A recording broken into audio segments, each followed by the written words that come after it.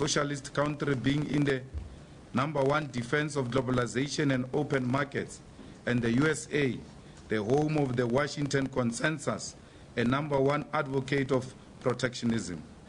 We know that capitalism, evil as it is always allowed to reinvent itself after multiple crises and collapse, which are in a way generated by its own doing. This new international political conjuncture will lead to the transformations and realignments across the world, in particular within trade agreements. The developing world, which has always needed the policy practice of protecting industries, thus stands a chance to benefit.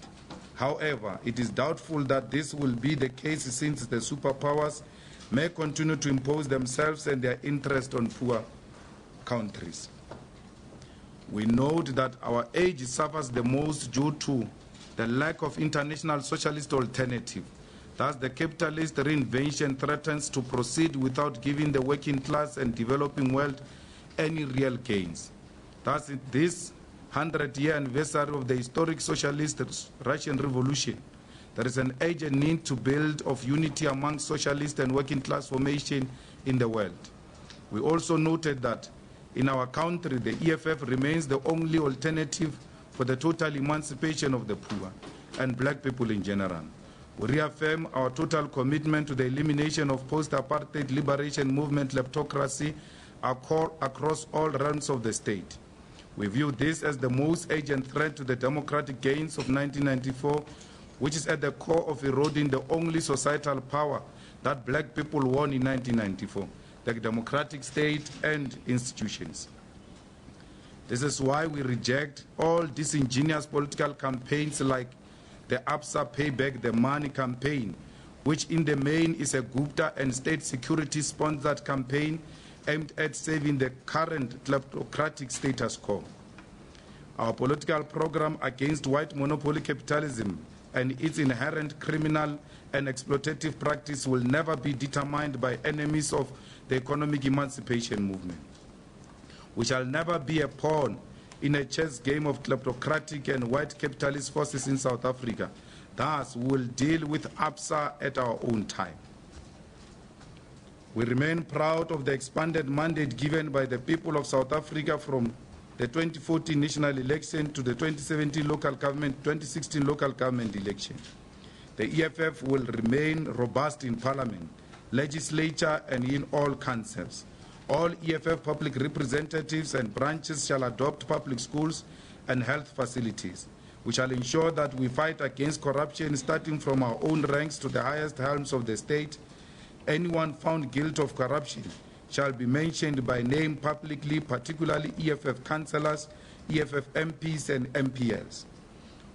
We have taken note of a report of EFF councillors keeping their previous jobs so that they can earn as councillors whilst earning as employees of other institutions. An investigation in this regard is underway, and stern action shall be taken against those councillors found double-dipping. It is EFF policy that councillors should work on full-time basis for their communities.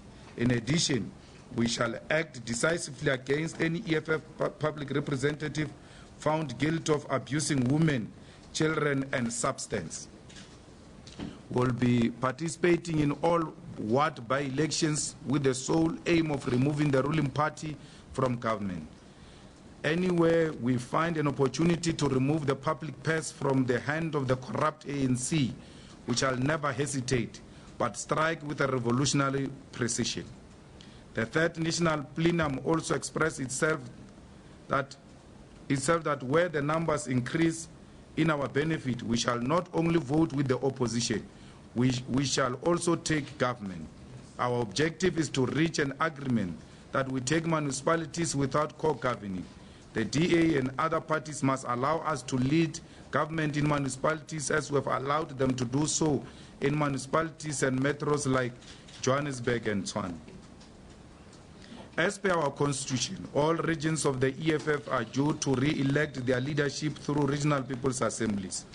We have thus adopted guidelines that centrally charge all branch meetings towards the regional people's assemblies. Must first have branch general meetings in all the voting districts in their wards before holding their final branch general assembly that will elect delegates to the RPA. These are not voting district meetings but branch general meetings that must be attended by all members of the ward and which must take place in all VDs. This must also be used to recruit and renew membership of the EFF. In all regions with branches that are not in good standing, this must happen towards the BGA that elects branch leadership. This year, 4 of our branches, KwaZulu-Natal, Eastern Cape, Gauteng, Northwest, will also hold their provincial people's assemblies to elect provincial leadership. The CCT has taken a decision that due to the weaknesses of provincial command team in Gauteng and Northwest must go for early provincial people's assemblies. Guidelines towards all these assemblies have been adopted and shall be published on all communication platforms of the EFF, including deadlines. There will be launching of all branches of the EFF Student Command in all institutions of higher learning. The EFF Student Command is also due for its Central Student Command Team Assembly in June this year. Our National Program of Action, which will be fully published on the official communication platforms of the EFF, centralizes political programs into wards and branches of the EFF. The national program will only have 2 national rallies. One will be 4th year anniversary, which we plan to have in KwaZulu-Natal in Durban. And 2 is the Steve Biko rally, making the 40th anniversary of his death in September in King Williamstown.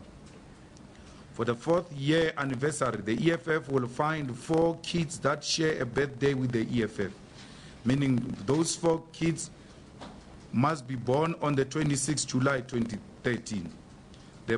Those kids must be from poor families from around KZN. We shall build houses for them and host their 4th year birthday parties on the same day. Will be officially opening their homes on the 26th July 2017. This seeks to ensure that they grow up knowing their revolutionary party and its mission. This will be the EFF anniversary celebration tradition from henceforth. But above all, it is to ensure that each anniversary of the EFF leaves a lasting legacy for ordinary and poor people. This year, we shall also mark the 120th anniversary of Nkosi Sikelel' Africa, which was composed in 1897 by Enoch Sontonga. In marking this anniversary, we shall run a campaign that explains to our people where this historic song comes from and its impact in the struggle for African liberation across the continent. In addition, we'll demand that the distem must fall. In full celebration of the role and place of music in the struggle, we shall run a music competition that will culminate into a concept on the 18th of April, which is the day Enoch Sontonga died. The concert will be called Ingoma Day, and it will be a culmination of regional and provincial rounds until there are only 9 choirs remaining from 9 provinces. These 9 choirs will then compete on the 18th April 2017 for their first prize. We invite all fighters to start forming choirs and practice in the spirit of celebrating the idea and placing of the struggle song in carrying our people in difficult times. Struggle songs are a battle cry that tells of the victories, the sufferings and desires of our people in struggle. To delegitimize struggle songs is to depoliticize society. Thus, this concert seeks to make struggle songs fashionable. We shall begin with immediate effect with the Right to Care campaign, in which all members and activists of the EFF from January till the end of February must visit homes, religious, sports, arts, education and health institutions in their wards to understand the condition and needs of our people. A branch must know fully who live in its ward, visit them and understand their needs. This must be done with the sole purpose of showing that ours is a caring revolution. All branches of the EFF shall embark on monthly campaigns of caring for the elderly. The branch must know all the elderly in all the voting districts of the ward and have a monthly outreach program that will, amongst others things, include knowing their birthday and sending them birthday cards and messages. The branch must visit them and clean their yards, including doing their gardens. In light of the Easter season, which is also characterized by the high levels of accidents, branches of the EFF will have a blood donation day on the 31st of March 2017. This is not only about participating in the gift of life through donating blood, but it is also to bring awareness and make fashionable the idea of giving blood to save lives.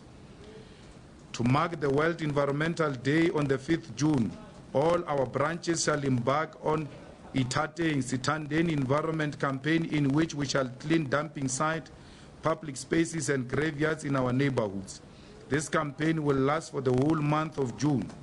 On the 10th of August, we will have Women's March to all municipalities to demand, amongst others, women-related issues, that there must be sexual offences court in all municipalities.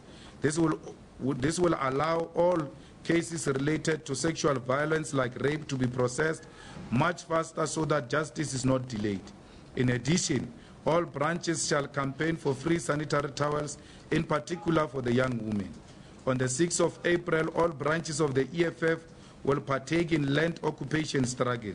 These struggles highlight the urgent need for this country to resolve the land question by expropriating land without compensation for equal redistribution. All political holiday commemorations like Sharpeville Langa Day, Freedom Day, Workers' Day, Youth Day, Heritage Day will all be left branches to organize ward-based events. Finally, on the 27th October, all branches will organize economic freedom marches in their wards to target local capital, mines, malls, supermarkets, firms, banks, etc. EFF branches will submit demands that will include, amongst other things, adoption of schools, crèches, clinics, community library, and supporting facilities and employment creation. These are some of the highlights contained in our National Program of Action as adopted by the 3rd National Plenum. The full version will also be published on all communication platforms of the EFF. We also reaffirm our calls on Morocco to end its occupation and colonization of Western Sahara, and on the apartheid state of Israel to end its illegal, racist, criminal occupation of Palestinian lands. We call on all African leaders to respect popular electoral outcomes for peaceful regime change. We reject the phenomenon of lead to the death and call on Africa to leave the era of long-term presidency and violent regime changes in the past. This year, 2017, is our year. It is the year of the branch, and in it we pledge that we shall execute our program of action with revolutionary discipline and precision. We declare that we are the future we have been calling for, and that victory is certain. Thank you. DP. Thank you very much, President and Commander-in-Chief.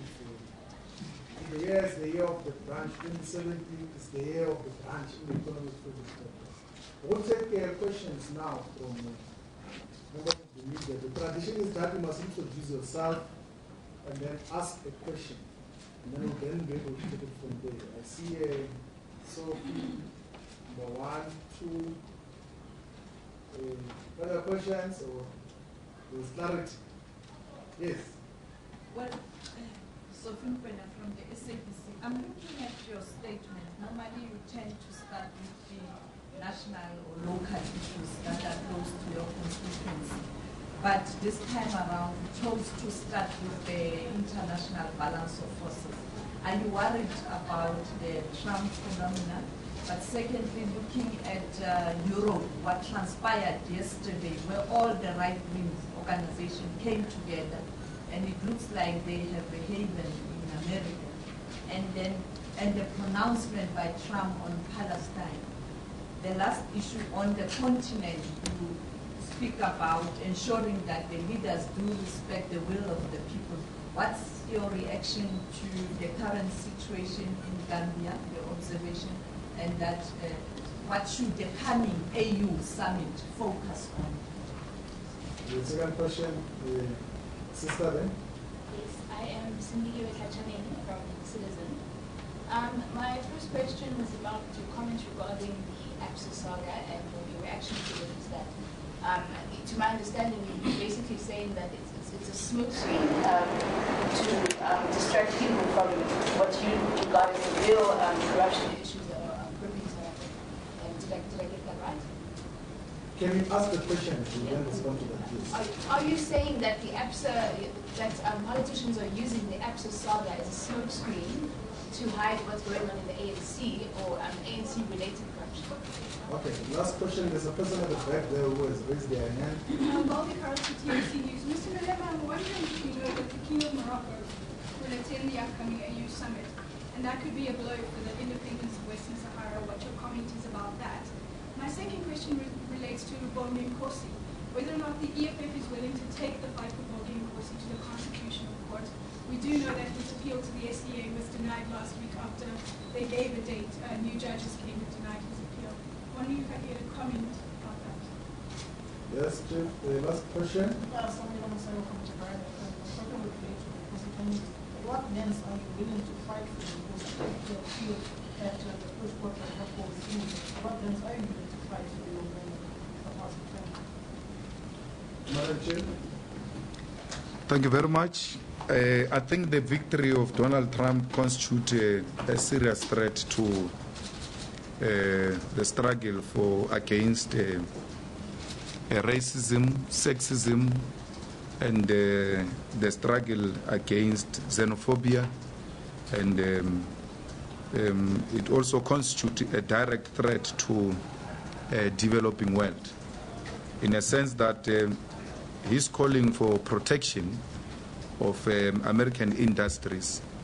But we know that America, being a bully as it is, it will protect its own and still want to dump in developing countries. And that, to us, is a serious problem. We're starting with this international balance of forces precisely because the capitalist nature of doing things is changing. And capitalism on its own, it's in a serious crisis, and therefore is trying to find ways of reinventing itself. And ourselves being part of this globe, we think that we are going to be directly, affected. In South Africa, we should be worried by those dynamics because the latest is that we are victims just through an example of the chicken industry. When we warned against the dumping of chickens in our country, both the media, the minister of DTI and his government did not listen to us. And as a result, most chicken producing factories are collapsing, and most companies are closing down. So we know what dumping can do to a country, and we are victims of that ourselves. And we are actually trying to awaken the country to be alive to international dynamics and how they directly impact on our daily lives. Most people, when we said chickens are going to be dumped here, jobs will be lost, they didn't know what we're talking about. And as a result, now factories are closing. And we're trying to highlight to them that when Trump goes to protect, his friends in Europe will follow him and protect. And those citruses we're sending to Europe will no longer be allowed to go to Europe. And as a result, that industry will collapse in South Africa. But they will be bringing the leftovers from their country into our country. So we ought to stand in direct opposition of that, and we must be alive. So more than anything else, as we see it today, the direct threat to equality, to job creation, to the alleviation of poverty is this international balance of forces and dynamics. And the politics must be about that. In Gambia, it's a sad story because we in the EFF were the first ones to congratulate the president, the former president, that having served long and having taken the country through a barrel of a gun, we were so happy that he had accepted the results. And we thought this was beginning to usher in a new era in Africa. And following his acceptance of the results, then we saw the president of Angola saying he's not going to make himself available in the next term and all that. So we thought we're now entering an interesting period in Africa.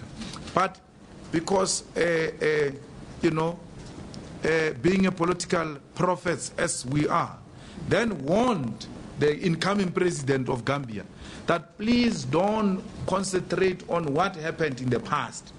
Because if you do that, then you are going to put this country into a crisis. We said that in our statement. And the man immediately then threatened the outgoing president with an arrest. That led to the outgoing president now changing his mind, that no, I will not leave. It is a country that comes from the difficult past. And how you manage that transition was going to be an extremely important. Here is a man who came through a barrel of a gun, a soldier who says, I'm ready to leave. And you should have, you know, welcomed that. And then introduce some form of reconciliation and peaceful method towards healing whatever the difficulties the country, you know, confronted during his era. So we found it irresponsible of the current president to then make such threats instead of putting the country on a peaceful transition which seeked to unite everybody. But we're happy that the outgone president came back to his senses and then ultimately, you know, relinquished power and then accepted and left. And we want to applaud ECOWAS for taking a firm stand, something that we so wish to see in SADC in future and in all regions, that the peers must now begin to say, hey man, it's not about us at this level, it's about the people and the will of the people. So we really congratulate ECOWAS stand, and we saw the AU, the toothless, useless AU, in a very opportunistic way trying to follow in the footsteps of ECOWAS. The AU should have been the first body to declare that stand that was declared by ECOWAS. But because AU is led by people who have got no idea about where they want to take the country to, then they were found wanting. And then when they saw that ECOWAS is being celebrated in an opportunistic way, but also in a campaigning way for South African dynamics, we then saw other people beginning to say other things as a way of trying to, you know, profile themselves. We don't buy into AU stand. So the AU summit which is coming should actually focus on how do we deepen democratic practices in the continent, and how do we avoid long-term presidency and leading to the grave and thinking that the only person who can continue with my legacy is myself and nobody else. You can't even trust your own children. You can't even trust your own wives with your legacy. Only you can carry that legacy. You'll rather hand it over to your children and then we discuss whether it was right or wrong. But just for you to stay there forever and ever like we see in Zimbabwe. Zimbabwe's situation is bad. President Mugabe can't even control a spade. You know, they were trying to a sword turning, and he can't control that thing. That's how old he is. He's no longer capable of discharging his responsibilities. We don't hate the man. They can respond and insult us anyhow they want. But they are a group of cowards, those comrades in ZANU-PF. To be scared to say to an old man like President Mugabe, please, with due respect, let go. Commandant Fidel, when he realized it was no longer doable, he let go. So President Mugabe must let go. The legacy of the land question will carry it. We are following in his footsteps. We are proud of the actions he has taken, but his overstay is not doing justice on the African Revolution project. He's destroying his own legacy. It's bad. President Mugabe's stay in power and him being a presidential candidate in 2018. Those comrades in ZANU-PF, they can insult us anyhow they want, but we are not going to be good friends if we are not going to tell them that that which they are doing is not good for Zimbabwean people, is not good for SADC, is not good for the struggle for reclaiming the land in Africa. Because those who are leading that struggle, then they overstay and destroy that legitimate program. We say this out of love, not because we hate him. We celebrate Mugabe, we celebrate what he has done, and will continue his legacy. But Grandpa, it's enough now. You must let go and allow other people to continue with that legacy. There are a lot of capable young comrades in ZANU-PF, very radical, very clear of where the continent must go. We're not even talking about MDC. MDC is not an alternative in Zim. It's an imperialist puppet that seeks to undermine the legitimate land question in Zimbabwe. We are not aligned to anything that seeks to reverse the land question in Zimbabwe. And we genuinely believe that the ZANU-PF comrades, many of them who are still young, can continue that legacy and that good battle. So we are with them in that struggle. They must be brave enough to say to the old man, please resign. President Mugabe must celebrate that he's not a South African president, because we were not going to allow that. We were not going to allow that. It doesn't matter the price it comes with. We cannot have all Zimbabweans being cowards, all ZANU-PF members and leaders being cowards. President Mugabe has reached a stage where he can literally do anything to you. He can't do anything. He can't even clap you. He's got no such capacity. He's finished. So why do you want to continue with such leadership? You are making mockery of a genuine African revolution by allowing President Mugabe to overstay as a Zimbabwean president and the president of ZANU-PF. The ABSA nonsense is not legit. And I will never be told by opposition of the EFF how we must fight ABSA. We are the ones who exposed the ABSA shenanigans. We didn't reduce it only to this saga of Reserve Bank money. We even went beyond that. ABSA helped right-wing racists to take out the money out of the country on the eve of a democratic dispensation. And ABSA is guilty of those crimes. Not only Reserve Bank, but by allowing people to take out their assets out of the country, not in a legitimate way. And we will hold ABSA accountable through our own terms and at our own time.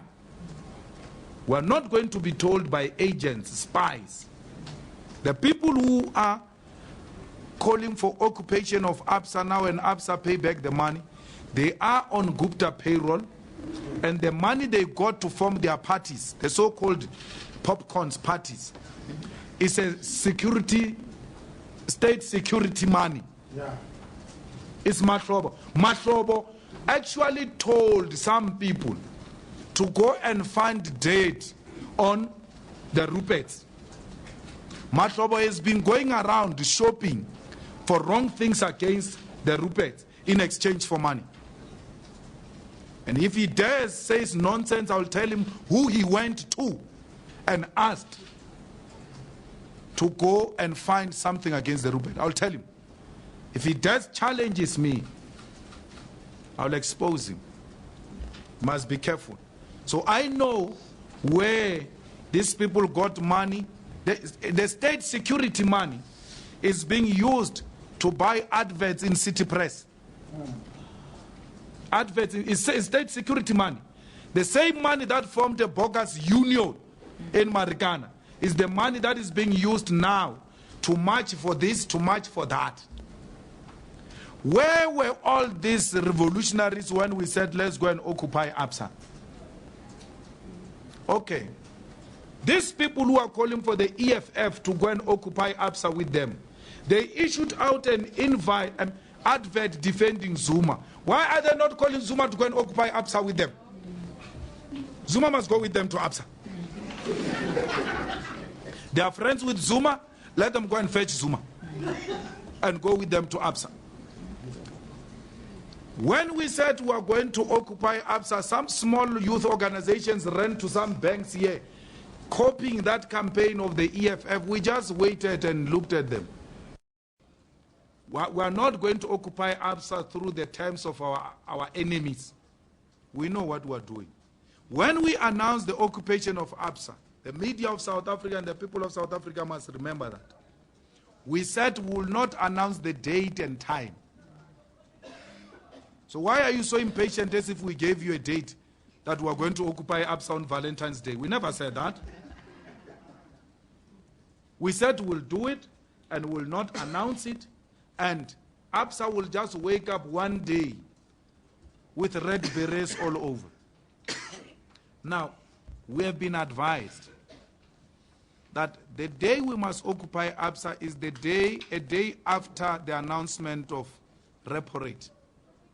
When those things changes, there's too much admin going in, adjustments on bonds and all those things.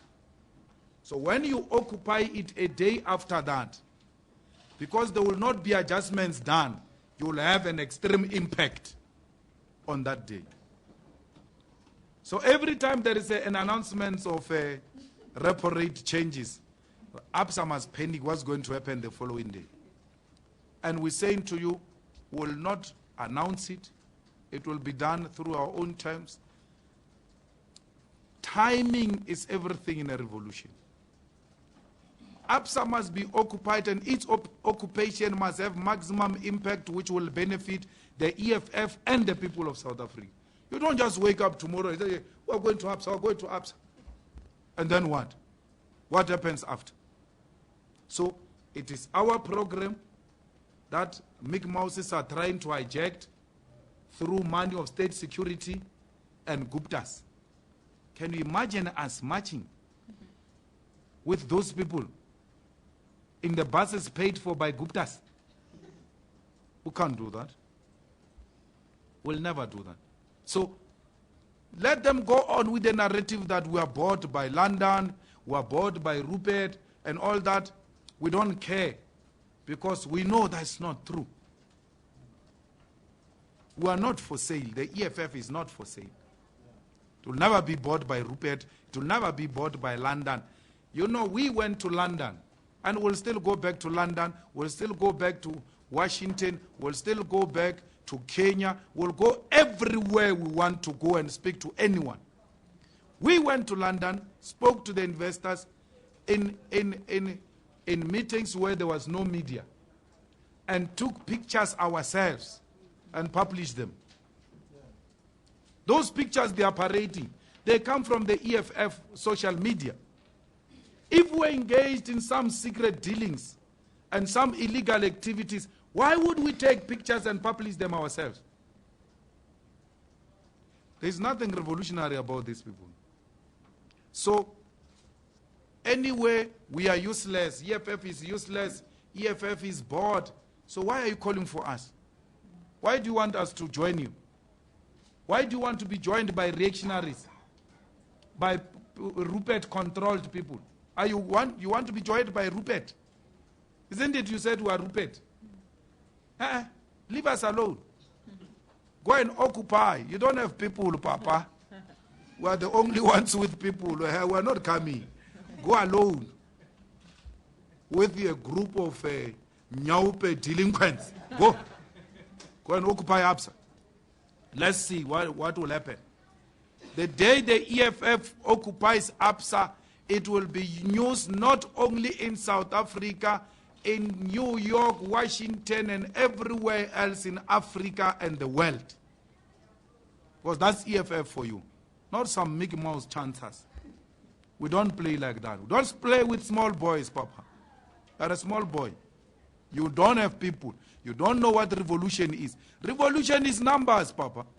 Revolution is not those spaza shops talks that you go giving around in some dodgy places. Go to the ground. If you think that you've got a case, you've got a genuine demand, you think South Africans will buy into that agenda, go to the ground and mobilize South Africans, they will support you. If it's a genuine cause that touches the lives of our people, like we did when we went to Constitutional Court on pay back the money, we never said anyone must come and join us. We just took our people and said, we are going to the Constitutional Court for Zuma pay back the money, and the people came because the matter resonated with the people. It was not a sponsored view. It was a genuine concern of South Africans, not these sponsored views of state security and Guptas. 10 million was paid. 10 million was paid for destroying the EFF. You know, when people were resigning and calling press conferences, Mahlobo said to some fellows, and even to the deputy president of the EFF, he said that to the deputy president of the EFF, that was in 2015, that the EFF will not leave until June, July, because they distributed money to destroy the EFF. But he gave money to socialites who spend most of the time talking to themselves, and they never had an impact. We know Mahlobo calls people to his house, guys. Mahlobo is involved in the daily operation of state security. How can you have a politician like that? Mahlobo is involved in daily operations of state security. He calls people to his house. The bastard says he said he doesn't know Mcebo Dlamini. We exposed it. We put it there. We put a situation where Mahlobo said, Mcebo Dlamini came to my house, what, and then he went to Parliament and said, I don't know this guy. I've never seen this guy. A liar of note, engaged in daily operations of state security to try and destroy the opponents, not of the state, the opponents of the Guptas. The state security is used to destroy the opponents of the Guptas. And then we must join that. We are not going to be part of that nonsense. Let them go and do their own thing. Bonginkosi, you know, funny things happen in this country, but we who have survived them all, we know when funny stuff happens. We appealed to SCA. And then the SCA responded and gave us a date for the appeal. And then something funny happened again. The SCA wrote a letter after giving us a date and said, guys, can you please resolve this matter between you and NPA? And then the lawyers were shocked that why would the SCA give us a date and still say, talk amongst yourself, we think you can still resolve this thing. We then wrote to NPA and said, we are implementing the request of the SCA, which said we must talk and find a solution to this problem. So can we please engage and find a solution to this problem of Bonginkos? The NPA came and said we are not interested in finding a solution. We are proceeding with the case against Bonginkos. We then wrote back to the SCA and said to the SCA, we implemented your advice. Here is our letter. Here's the response of the NPA. They are not interested to solve the matter as advised by yourselves. and therefore we leave this matter in your hands. Boom, the SCA comes back and says, man, actually we made a mistake. We are not going to hear this matter here because there is nothing exceptional about this case, so we are not going to listen to it.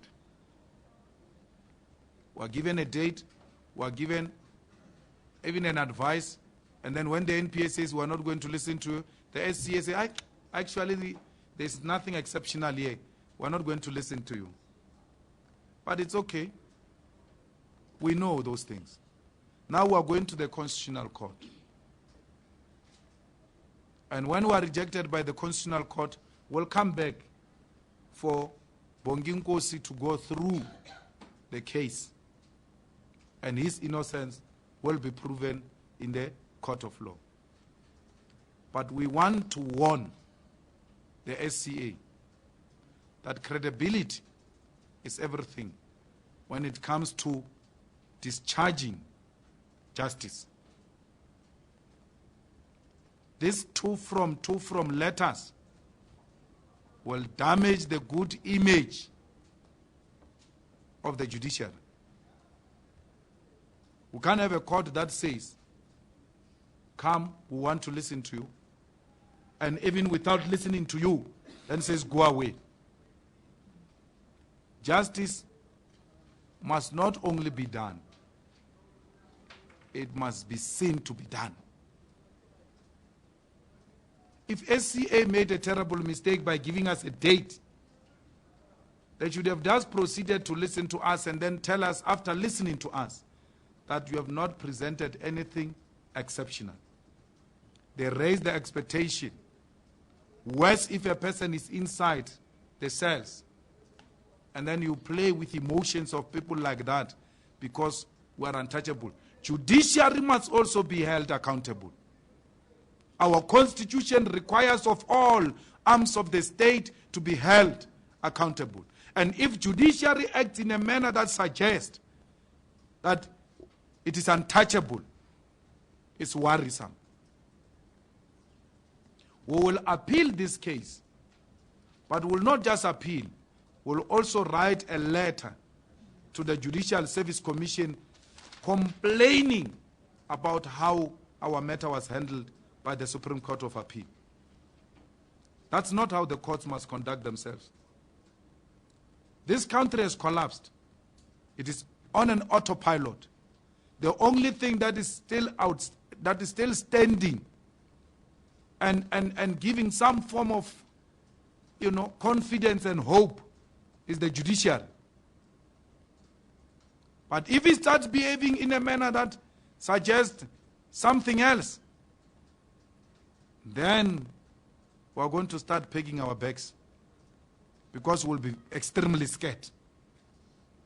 We will be extremely scared. That which the SCA has done is worrisome. And they must be told. No one must be left untold in South Africa if you act inconsistent with the expectations of the Constitution and the people of South Africa. So judiciary, we are worried by that single act of the SCA. But it doesn't mean we have lost confidence and hope on the judiciary. We still have hope, 100% hope and confidence on our judiciary.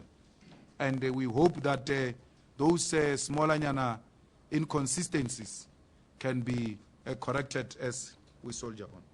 And I think that was almost the same question. And when the Constitutional Court says, you don't have a case, go back. Remember, we are fighting here a bail. We're not fighting the merits of the case. We're fighting the bail. So it must be understood in that context. The merits of the case are still to be heard by the lower courts, and they will go their natural process until they reach their finality. We will never rest until Bonginkosi Khanyile is released from prison. He's not a criminal. He is our political prisoner, and they will fight for his release. We are worried that we still have political prisoners after 1994.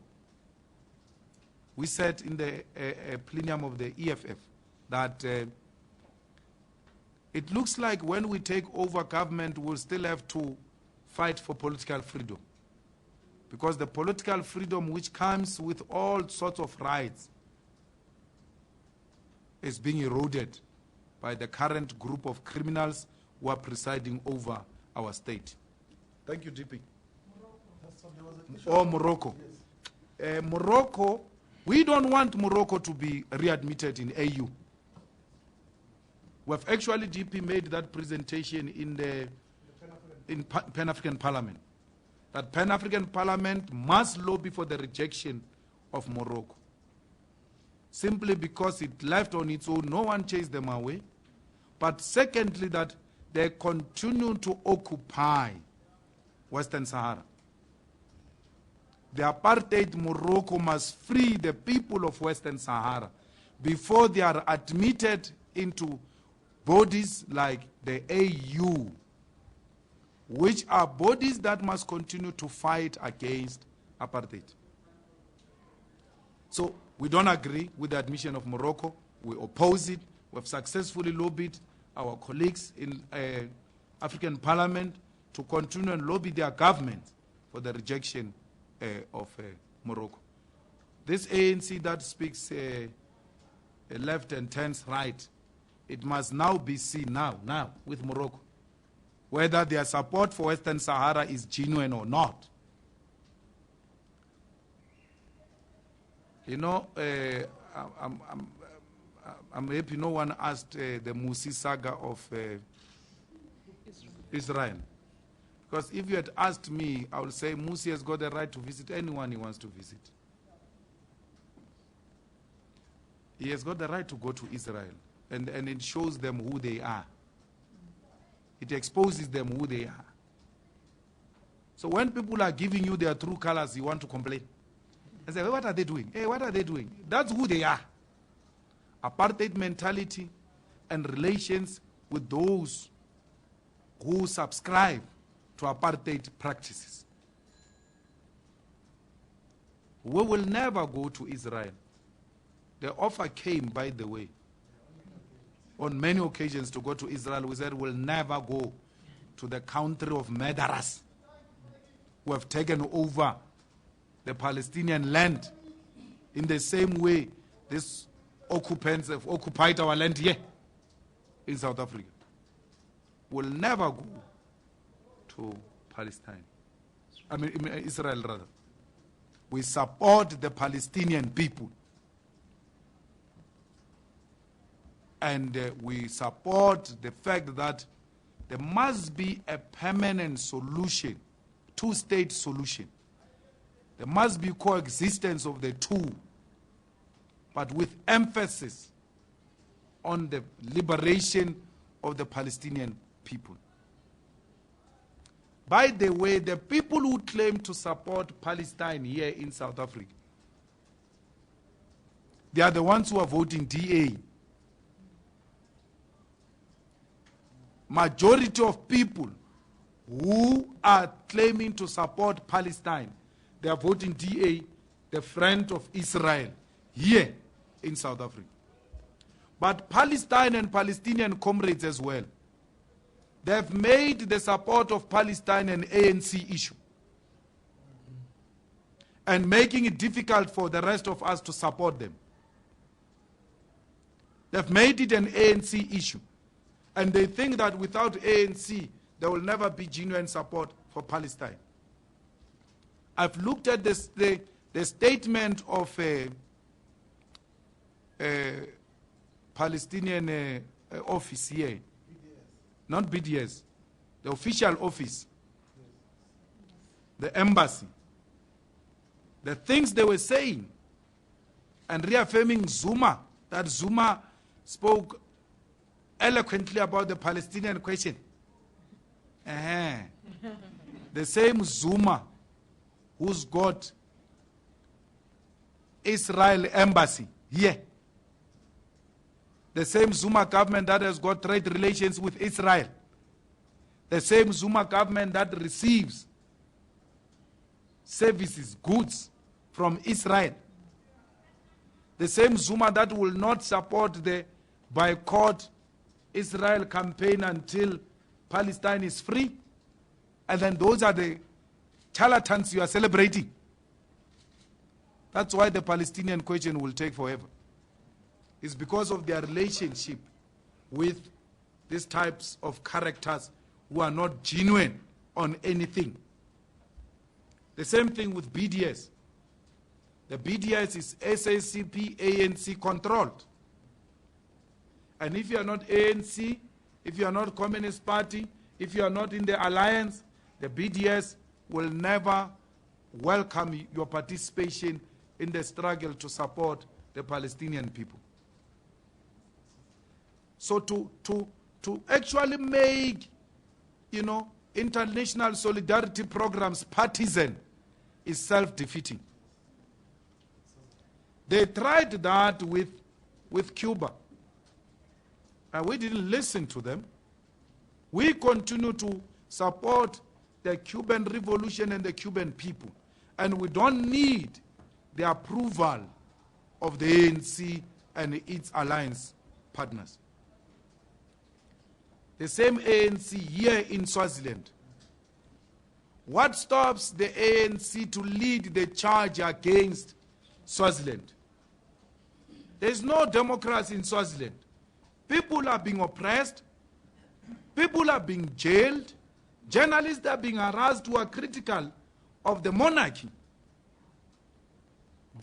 Zuma is enjoying beautiful dinners with the king in Swaziland. The EFF government will never engage in any form of relationship with those types of government. And then Pudemo comrades, they want to make a solidarity program, a partisan program, and then only a Communist Party must support them. And they even give that thing to Solima Paila to train people militarily when he himself has never trained anywhere. People want to be killed by explosives there in Swaziland through some dodgy arrangement of people who are not trained. So that's why the Swaziland struggle is never receiving any attention it deserves, because it is led by people who are not genuinely supporting that struggle.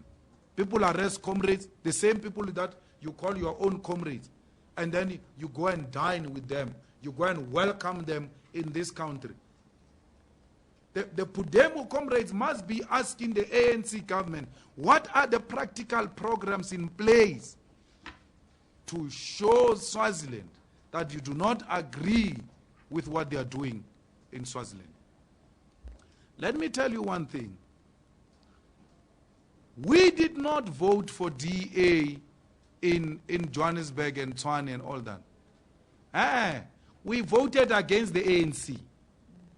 That's what our vote is. So even if it was the devil himself contesting against the ANC, would have done the same. So we are not voting for DA. We are voting against the ANC. But practically, it has to be done differently. So even if it meant voting for the devil himself to take these crooks out, would have done it. That's why we have done it in KwaZulu-Natal. That's why we have done it in Metsimahulu. That's why we have done it in Rustenburg. Everywhere where there is a possibility of removing the ANC, we are again. The public purse in the hands of the ANC is the most dangerous thing. Public purse, abayibonika next. They are looting it like it is their own personal purse. The ANC with money is very dangerous. Because when people complain, the ANC just gives them food parcels and T-shirts. Hey, we don't have water. Take. They give them food parcels and T-shirts. So we want to remove that patronage away from the ANC So that the playing field must be leveled. Then it's us and the ANC on the ground. We have the message, the ANC doesn't have the message. The ANC has got the money and it buys votes. That's how the ANC continues to win elections in South Africa. They are buying people, they buy votes, they even use state money to do that. So we want to take out as many resources from the ANC as possible. That's what we want.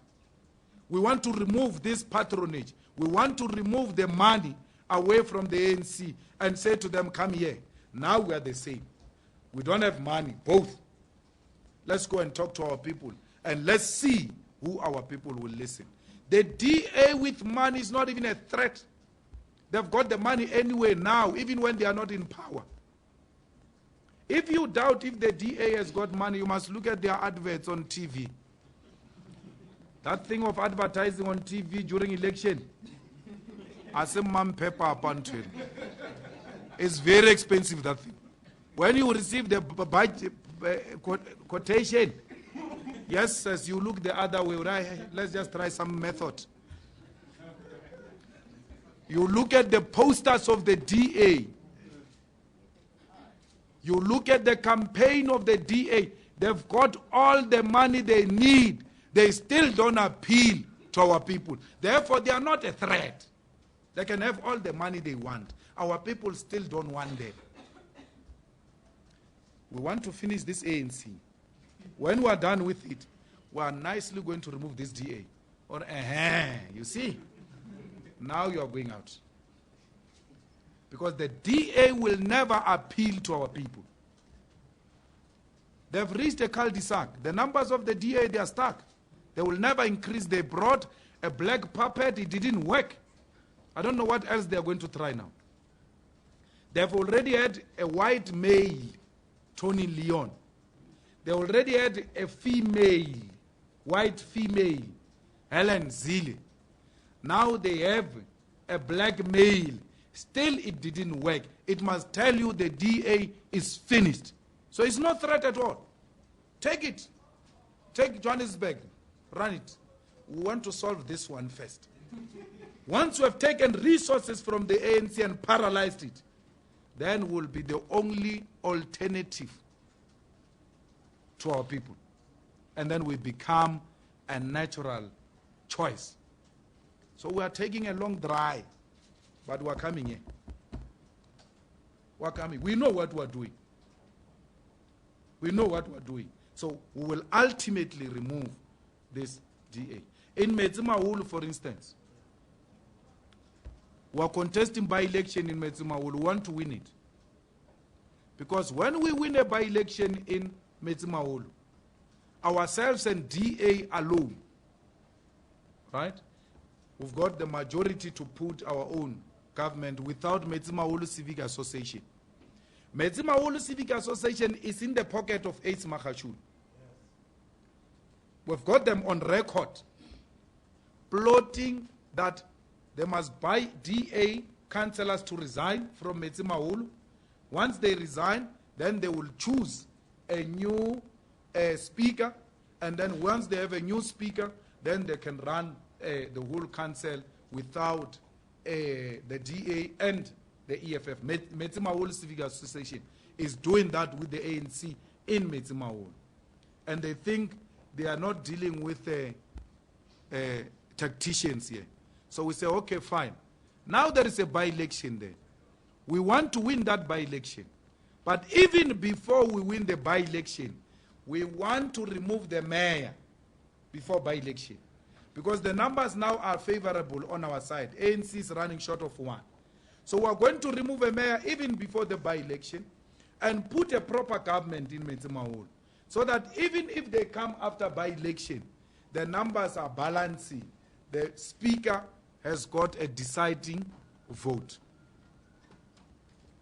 So, we have said to the DA, when we take over government in Metsimahulu, we want to be the government alone. We don't want a coalition. We want to be a government of Metsimahulu alone. We want the DA to vote for the EFF government in Metsimahulu. in the same way we did with them here. And then we're going to run a successful municipality. Well, if they refuse, it will be unfortunate. We'll give it to them if they refuse. Remember, I told you the long-term plan. But if the DA is not driven by an obsession for power at all costs and want people of South Africa to prove for themselves that EFF can run a successful government, let the DA give EFF chance in Metsimaholo. And let's show you what we're made of. We're ready to take Metsimaholo as the EFF government in Metsimaholo. Thank you. Thank you very much. So we're going towards the EFF municipality. The last round of questions, and preferably from those who have not asked in the first round. It's you, it's not you. And this is the last round. We won't allow any other opportunity. So that those want to repeat. You want to repeat?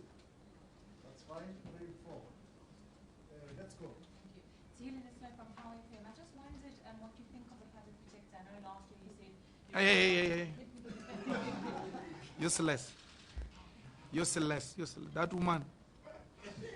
Terrible mistake we've done. So do you admit you made a mistake? Terrible. We are looking at some way, man, of rescuing that office. We've just took a Gupta puppet from Gupta's kitchen and went to plant her there. I said we must give her a chance.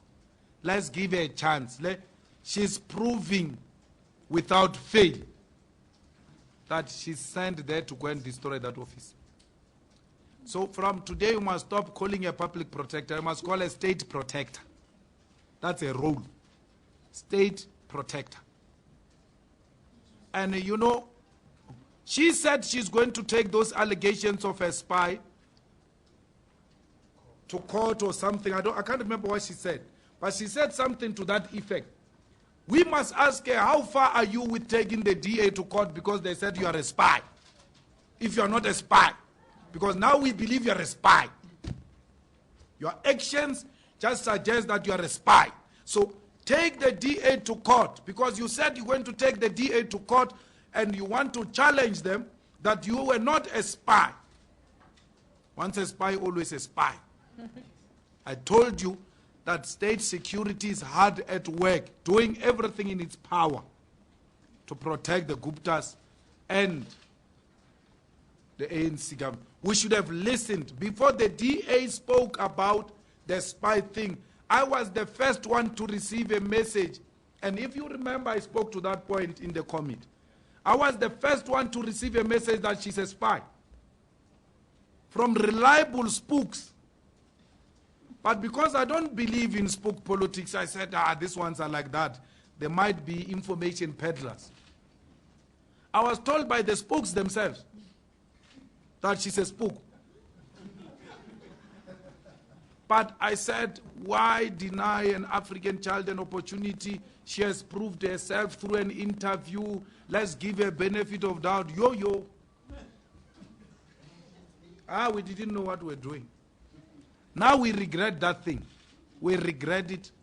South Africa, we regret supporting this comrade. She's going to collapse that office. That office as it is now. You know, I saw a document from EFF Parliament or Governance Task Unit saying we have referred the matter to a public protector. I was like, why is the EFF sending things to this one now? It's just a waste of time. She's not going to do anything in defense of public purse and the people of South Africa. The first thing she did when she arrived in the office, to change the channel, not to SABC. If she's so patriotic, not to SABC, to Guptas. To Guptas. That thing is not even a TV, man. It's not something you'll want to watch. So, my sister, you is bad, I tell you now. But I can guarantee you, we will solve this problem. We will solve it. We're just waiting for 1-2. Once it lands in our hand, that's it. Because if it gets confirmed somehow, it means you also misled Parliament. We're working on something. We'll get it. And we'll put it here. We're not scared of anyone, including her. We're not scared of her. We don't want any favor from her or anyone. Let her do the right thing. That's all we're asking her. Now, there are stories that she tampered with the report on APSA. And, you know, you are tempted to believe those things because of how she carries herself. It was an achievement for black females. And that was our argument, that we cannot replace an African female with a male. She comes across as satisfying, you know, that criteria of continuing with African females occupying those strategic positions of leadership. And then she goes in there and becomes an embarrassment of all these African women, except ANC drum majorettes.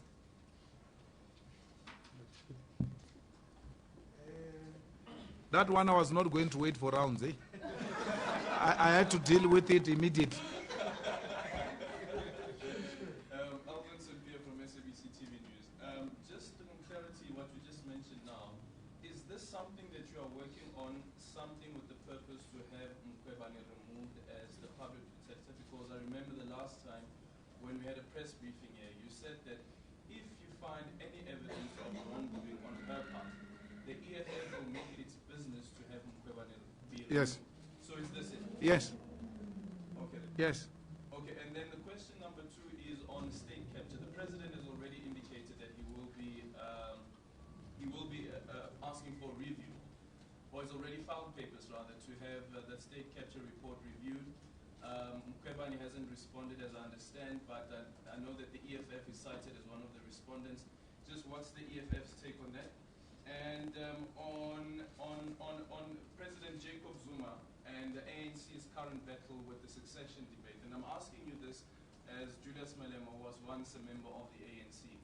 Do you find at all that there's double standards in which the succession debate of the ANC is being conducted at the moment, thinking back to how you, for instance, campaigned for President Jacob Zuma back in 2006 and 2007? And then the final question is the ANC's January 8th statement, a lot of focus obviously on economic transformation, and also I think it was for the first time that I heard the president speak about now's the time to use the Expropriation of Land Act to foster or to enhance or speed up land reform.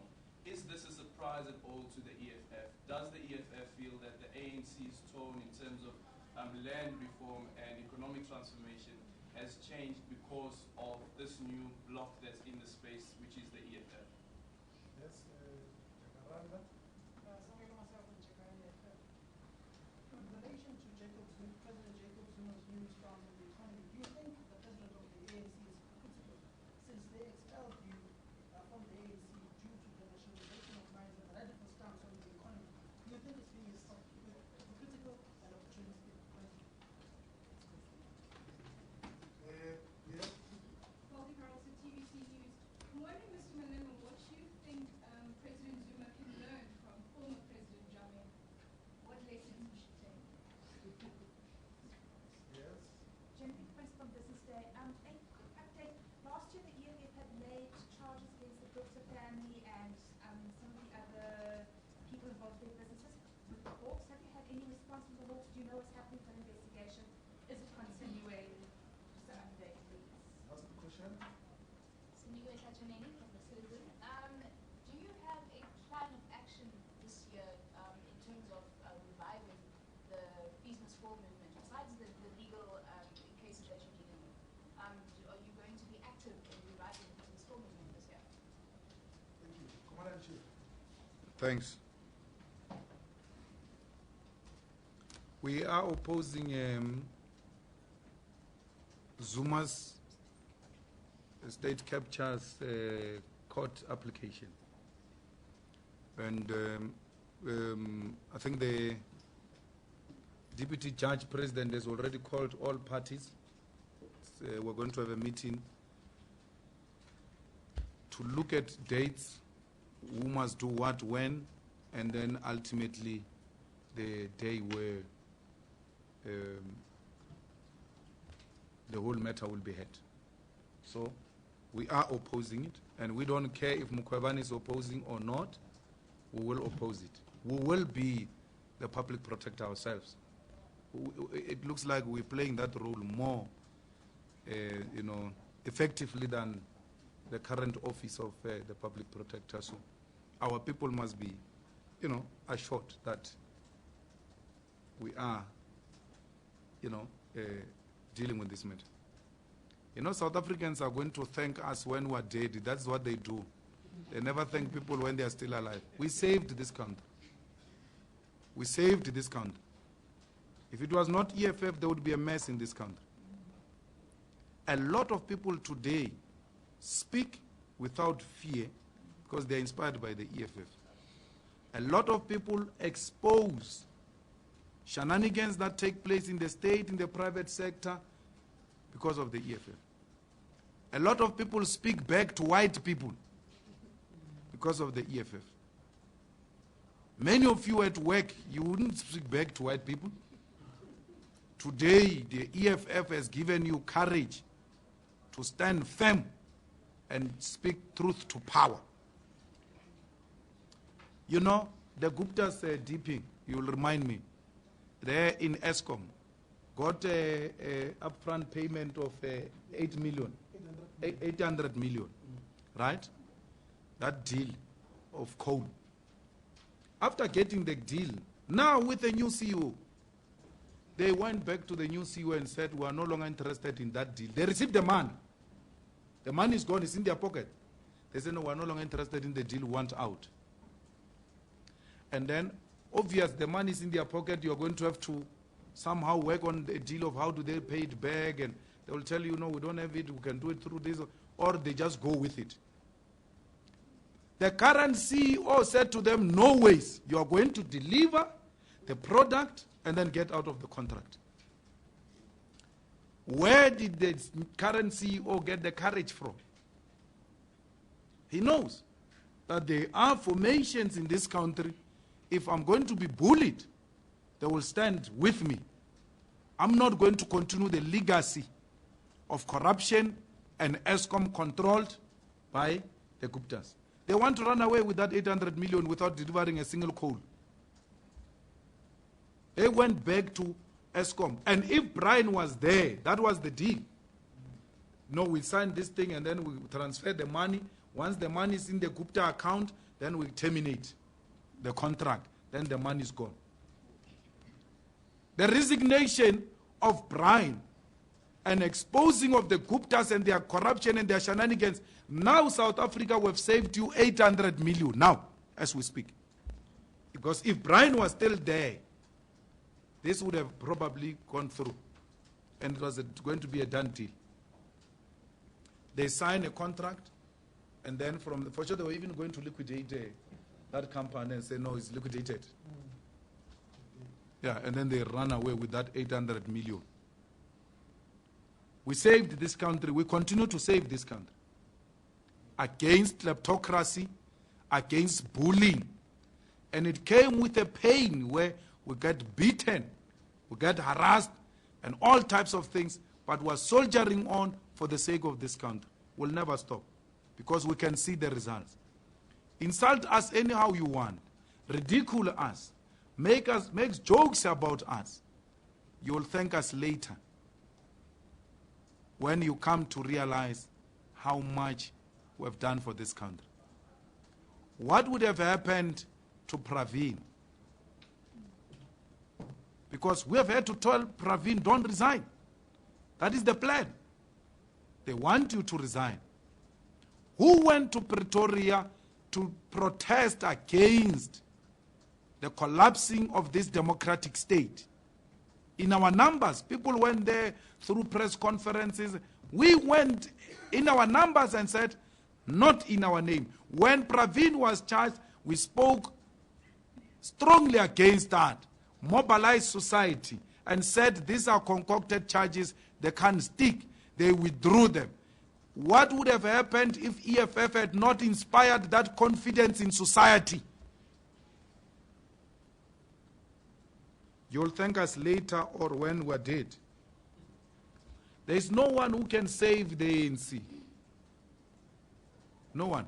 Okay, let me start this. Nkosazana will be president of the ANC if Zuma wants her to be president of the ANC.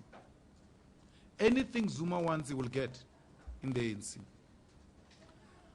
But Zuma is not sure about Nkosazana. That thing of South Africa is ready for a woman president, it's just rhetoric. He's trying to sound smart, and then he must appear like he's supporting women when we know his clear views about women. Because he's a man that believes women must be married and have kids. That's his views about women. He's not supporting any genuine struggle for women. He's lying. But if Zuma wants her to be president, not because that will be in the best interest of women's struggles, no, because she will protect Zuma in return so that Zuma is not charged for corruption. If she gives that assurance, then we're made. But Nkosazana is corrupt. How do you accept an award from Guptas if you're not corrupt? How do you legitimize such an illegal institution that is stealing money from our government if you are so clean as a leader? You can't associate with such things. So if you doubted her, now you know where she stands. She went to receive corrupt money. How much was she given? Some money there. And she said she was going to take that money through some charity. But the fact that she took corrupt money in public, in full view of everyone, tells you about where she stands. But I'm waiting for a journalist to ask Nkosazana, what does she think about the state capture? What does she think about the Gupta family? And then any answer she gives, she's in trouble, I can tell you now.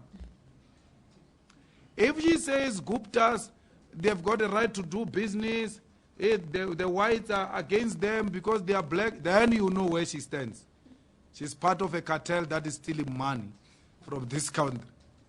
When she says Guptas are wrong, they are corrupt, and therefore that state capture must be investigated fully, then Premier League says, you hear? She's going to arrest us this one. So either way, she has to be a leader. She must not do those things of the ANC of waffling, of telling you, hey, the law and the constitution. Directly, what do you want? Where do you stand with the Guptas? We want to know you. You want to be our president? We've got an immediate crisis here called Guptas. Where do you stand? What's your view on the Guptas? If she starts waffling, then you must know that she's dodgy. Nkosazana, and you know, I'm not going to agree with feminism that gets used when it favors some factional males' agendas. Nkosazana is not a genuine and legitimate candidate. She's a front of Jacob Zuma. Yeah, she's fighting for him. And the chief will have to give a final word. The young man, Duduzane, has already told the old man that no, the Guptas are not happy with her. That's why the Youth League said, or Oros said, is going to announce the most powerful candidate who's going to shift the balance of forces and property ownership. And that candidate is Ace Magashule. Okay, if Ace is so powerful and can change white monopoly capital and change property, why is he not doing it in Free State now? Because the most favorite people for Ace in Free State is white Afrikaners. He loves them. He works with them. On top of the Guptas. So which white monopoly capital is Ace going to crash where? So Ace is the Youth League candidate. So you must be, otherwise, but the Youth League is waiting for a Premier League with the endorsement of the president to announce Ace. Shem Cyril and I must just forget. I won't be president. Cyril won't be president. You know, Cyril told Khalema when he contested for deputy president that he's standing because he's going to fight corruption. What corruption did Cyril fight? Cyril loves positions. It's about himself. He resigned the Secretary General position of the ANC because he was not made deputy president. After the Oppenheimers assured him that they've spoken to Mandela, he's going to be a deputy president of the country. But leave that. Cyril Ramaphosa stood against Alfred Nzo. Something unheard of in the ANC, because in the ANC, I'm talking the ANC, not this thing. The real ANC positions were contested according to generations. And a younger generation will not have contested against a senior generation. So Cyril's contestation against Alfred Nzo demonstrated that the young man has got an ambition for power and he can do everything in his power to destroy that legacy. As if that was not enough. Then he went, he looked at for deputy president, he was not made deputy president, and then he left the ANC. Cyril Ramaphosa was not at the inauguration of Nelson Mandela, the most historic day, because he was bitter that he was not going to be made deputy president. How can you entrust such a person with such a huge responsibility, who thrives on me and me alone? I don't care if Cyril is with the Jewish community or what. The ANC is with the Jewish community itself. The ANC is white controlled. So don't talk about as if Cyril is the only one who's controlled by white capital. I don't have doubts that Pravin is controlled by whites. I don't have doubts that Trevor is controlled by whites. But that's how the ANC is. Comrades, go and read the biography of Trevor Manuel. When the ANC returned in South Africa, the ANC that these people are marching against APSA, they so love dearly. And they say it's the only party that will defend us against white capital. When the ANC landed in South Africa, they went to hold the first NEC meeting in an undisclosed venue. And that venue was called Velgelegen Farm, owned by the Ruperts. Owned by the Oppenheimers, not the Ruperts. Right? A venue organized by Trevor Manuel himself. They were just told as they land, get into the car, get into the car. And then Trevor Manuel got into the main car and said, Velgelegen, let's go. And then the whole thing, they were still operating like they are underground. Even when you are not told the venue, they were pretending like they're the most powerful soldiers who never fought any war anywhere. Hey, let's get in. We're going into some venue. Velgelegen, let's go. They found themselves in a Oppenheimer farm. A white man's farm. That's where they held their first meeting. And then they come here and they tell, this one is controlled by whites. This one's controlled. They are all controlled by whites. All of them. And were told by convicted criminals of the ANC, convicted criminals, that they are not toy soldiers, they fought real battles. Where? Okay, if you are such a disciplined soldier who fought real battles and you were trained by the ANC, why did you steal money from the people you fought for? Because the court found you guilty of stealing money? How do you respect a soldier who says, I fought for these people, and then in return steal from the same people you claim to be stealing from?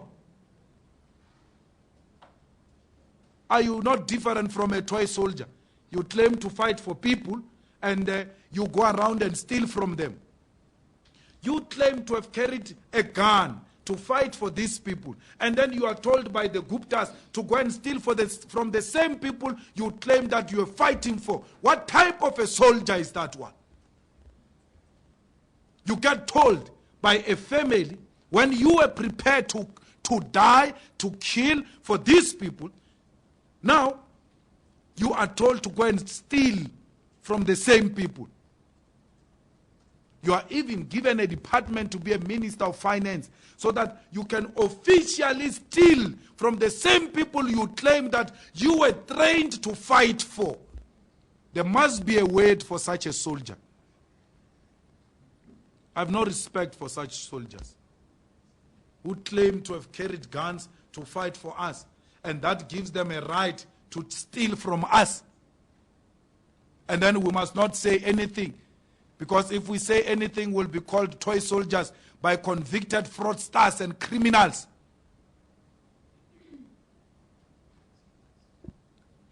Well, January 8th statement of the ANC is plagiarism from the founding manifesto of the EFF. But that has become the order of the day in the ANC. They repeat after us. We are conducting a choir here. We are in charge of African Revolution. We are not worried. We are celebrating that. But we know they will not do anything about it. Economy, the land, anything radical. I'm told they didn't sing this time. I was not watching that thing. I was in KZN visiting. But I saw some Twitter thing. I didn't even listen if it's true, that they didn't sing this time. And if they didn't sing this time, then There are two versions. There's the other version yes, and the South African anthem. who they sang the national anthem, and then later, yes, because they are following in the correct footsteps of the EFF. That's what happens when you've gotten a party where people with brains are sidelined. Leadership is cloudy, you know. ANC leadership is cloudy. If you want to see how ANC leaders look like, just look at cloud, then you will know the type of creme de la creme of the ANC. Hey, Agirikwa KZN, they said he must be in the NEC. So they are looking for such things. So if you've got anything that looks like cloud, just give to the ANC to be learned by such things. So there are no brains, they are gone. And if there are no brains,